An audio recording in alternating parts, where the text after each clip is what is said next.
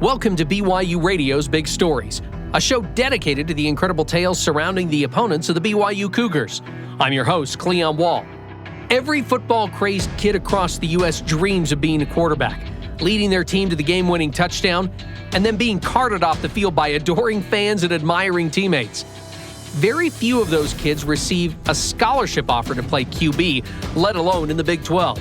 In today's episode, we've got a story of one quarterback who received that rare opportunity and gave it all up to walk on to the Iowa State men's basketball team. I'm called to serve other people. Conrad Hawley doesn't seem to care about stuff a lot of Division I athletes crave. I'm not somebody who likes attention or like nicknames and whatnot. The Cyclone's junior forward is indifferent to the fact that he only scored 2 points in the 2022-23 season, nor does it really bother him that he only played 21 minutes. I don't really care much about stats. Conrad is even put off by a special title given to him by head basketball coach TJ Otzelberger. He's known as the CEO, which stands for Chief Energy Officer. Yeah, I'm not a fan of the nickname, but I love the job. So, my job is to be the best energy guy, the best teammate. If you would have asked me 2 years ago where I'd be, the last place on earth I would think is in Ames, Iowa, playing basketball.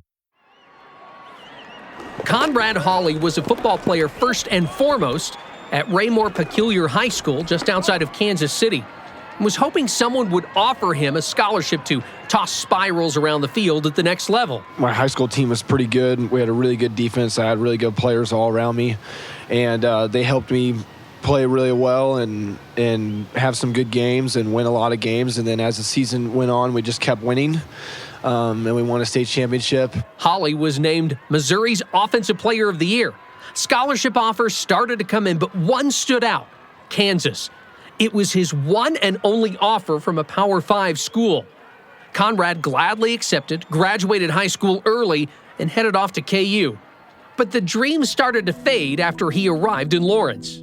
The fall season happened, and then just as the fall season went on, I knew that didn't want to play football anymore. Conrad was giving up on that dream of young football players everywhere. I just remember playing football and just kind of losing a love for it, and just every day just not enjoying it anymore, not enjoying throwing. You still obviously enjoy being around with the guys and leadership component and stuff like that, but I knew I had a bigger purpose than just throwing a ball around, and I knew I wanted to change and do something else in my life, so that's kind of what happened. To be fair, Conrad didn't just fall out of love with football, but with who he was as a person.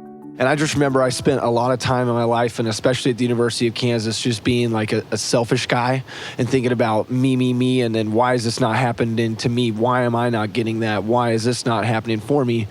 And I just realized it was a really shallow way to live, and it just wasn't good for myself, and it wasn't good for the people around me. So I just decided, it's not about me. It's just about how am I going to make someone else's day better, and how am I going to push someone else to achieve their dreams? Because I know if I do that stuff, I'll get the people around me in my life that'll help me do that for my goals.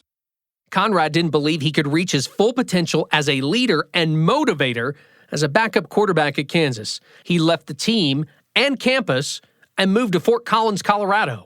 I was going to go to Colorado State and just be a regular student. I wasn't really thinking about playing sports again. So I wasn't in college. I wasn't on a team or anything like that from January to the end of May. I worked 3 jobs. I worked at a gym so I could work out for free. I worked at a restaurant so I could eat for free. And I worked at an outdoor goods store so I had some money in my bank account and I could afford to pay for my apartment. And I was just working out there for 4 or 5 months and felt pretty lonely, didn't feel too purposeful. I was kind of just wandering, didn't know what my next steps were, and I just called my dad, and luckily through high school I was on some pretty good teams, and I was a decent player back in the day. And so we were just hey, want to play basketball again? Conrad researched different college basketball programs and coaches. He was enamored by Coach TJ Otzelberger and his Iowa State Cyclones. But Coach TJ told website Cyclone Fanatic that he was skeptical when he heard of Conrad's desire to join the team. What did Conrad want out of this experience? So Conrad had to sell his vision over the phone.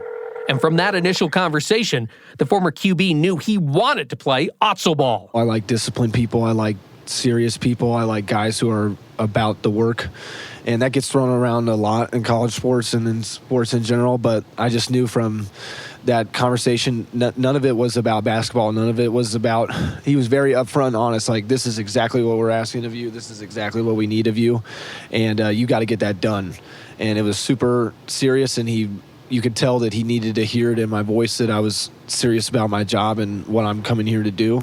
Coach asked Conrad to spend the summer in Ames to see if he would be a good fit with his potential teammates. I hadn't played basketball in 3 years up until that point, like no organized basketball. So it was just cool to like get on the court with them and see how good they were and how much more athletic they are than me, because I'm super slow and don't jump very high. Conrad's confidence never wavered. I felt like the whole time that like there's no way I'm not going to provide value, and they just needed to see it with their own eyes. So we just spent the whole summer together, and we go freaking hard in the summer. We practice hard, we lift hard, we run hard, we eat hard. Everything we do is freaking hard, and I love hard stuff. So it made the summer like the best summer of my life. I feel like after the summer, they just kind of told me that they respected, the way I work and what I do, and they want me to keep getting better, and just kind of gave me like a head nod of like, hey, like you've earned it, but you have a whole much more you can do. You can continue to get better. You continue to elevate your leadership and all that stuff. Conrad was officially named the Chief Energy Officer. That title comes with a special seat on the bench to make sure he brings energy to his teammates at all times during games. But that energy extends beyond games, way beyond. What do you remember about the first time that you met him? The way we practice, we get in here at like 6:30 every morning. This is senior forward Trey King, who transferred from Eastern Kentucky. Everybody is normally tired and, still trying to get themselves mentally prepared for practice. And this guy just comes in fired up, screaming, yelling, greeting everybody at the door, just really amped up for practice. And I'm like, who is this dude? I was like, why does he have so much energy? Like, it's 6:30. Like, you got to chill, bro. But, like, that's just how he is. We compete at everything we do. Every morning, it's me and my guys' thing. Whoever can say good morning first. So it's just trying to beat each other right off the start from saying good morning. So, like, now when I get up every morning, like, I have in my mind, okay, I got to beat him to say good morning, because when you say good morning, that's us winning the day. So, like, we want to check off everything, and we've turned everything to a competition. So How have you done on beating him at good morning? I beat him today, actually. After practice every day, they make us get in the Colts up, and he started this thing called Head First Friday. And so we were all just sitting in there, just talking, chilling, just trying to mentally just get ourselves ready to get in it, because it's not the best feeling in the world. And he just runs in, throws his towel on the ground, and yells Head First Friday, and just jumps in the Colts up head first, and like makes the biggest splash. And he just screams. He's like, I love it, I love it, I love it.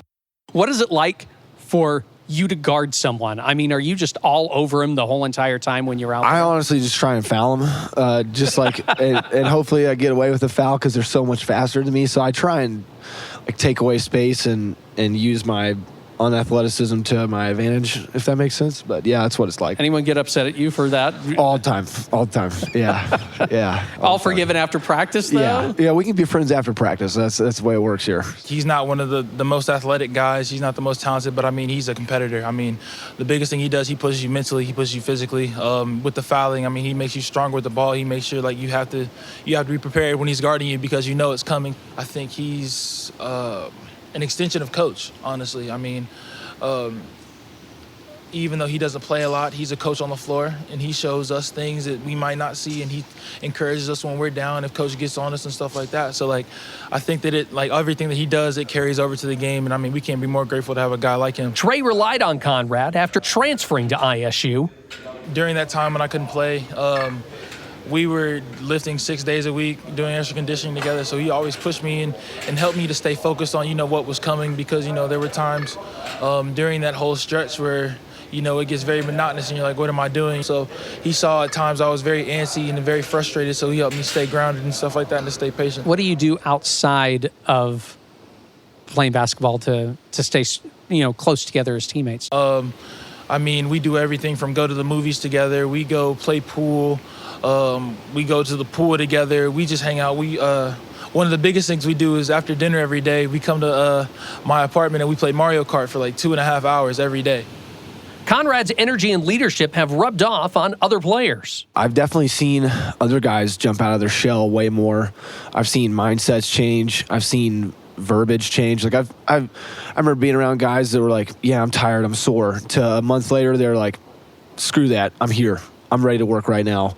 Guys who are quiet are all of a sudden extremely good vocal leaders on our team, like Taman Livesey. First off, love that dude. He's a dog. He's younger than me. I look up to him. He's like the coolest dude. He's our starting point guard. He's a stud. That dude last year rarely talked, like just super quiet guy, led by example. This year, he's stepped up so much as far as like his voice goes, and he's found his voice. He's confident with his voice. He leads us. He leads me. Conrad appreciates when his teammates lead out because he doesn't always have the energy needed to be the master motivator. So I remember last year, I was having an off day. I was every excuse in the book. I'm sick. I'm tired. I didn't get enough sleep, yada, yada, yada. And TJ, he just walked past me and he said, it was a Saturday practice. He said, oh, so you're only a Monday through Friday guy, huh? Just kind of challenging me like, dude, like this is your job. You got to do it every day. Have you received any feedback from Coach TJ about the job you're doing? He's super kind to me. He makes me feel extremely important and valued. And I think that's what great leaders do. I mean, he didn't have to accept me as a walk-on. He didn't have to give me a job as a walk-on. He didn't have to give me a leadership role, give me challenges. Like, he doesn't have to do that at all as a head coach at a Big 12 program for a walk-on guy. You know, like, he didn't have to do that at all. So the things he's done for me and my life and how I've progressed as a person, like, I can't thank this dude enough. Like, he's the best. How are you able to survive financially right now? I take out loans. Could get expensive on the back end. Yeah. Would you want a scholarship? I'm not in this for money. I'm not in this for getting rewarded, anything like that. My reward and my scholarship is me being on the team. So, no, it doesn't matter to me.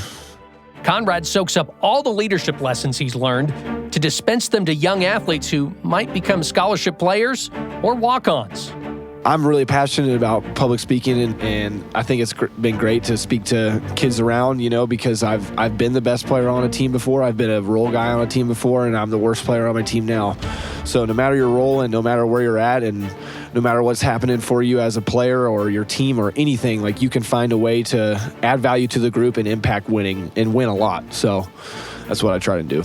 I've never had a teammate like him. The biggest thing that I got from him is just changing my mentality. Instead of, kind of dreading, getting up early and having to practice, I had to switch the way I thought and be like, oh, I have this opportunity to really be in here and to get better. And I just really take advantage and be appreciative of everything. I think that's the biggest thing he's taught me. I feel like, as time goes on and the older I get, the more I try and search for my purpose and why I'm here on this planet. And the purpose I've come up with myself is I'm called to serve other people. So it's my job, and I'm here to push others, love others, hold other people accountable, and I want the same thing to happen to me in return. What's the plan after this is all over with?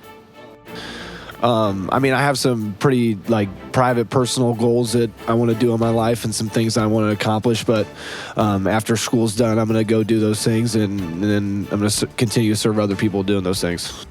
Thanks for listening to BYU Radio's Big Stories. This episode was produced by myself and Nathan Cannon. Music and post-production by Kevin West. Make sure you watch BYUtv's Big Stories by logging on to BYUSN.com. Big Stories is a production of BYU Radio.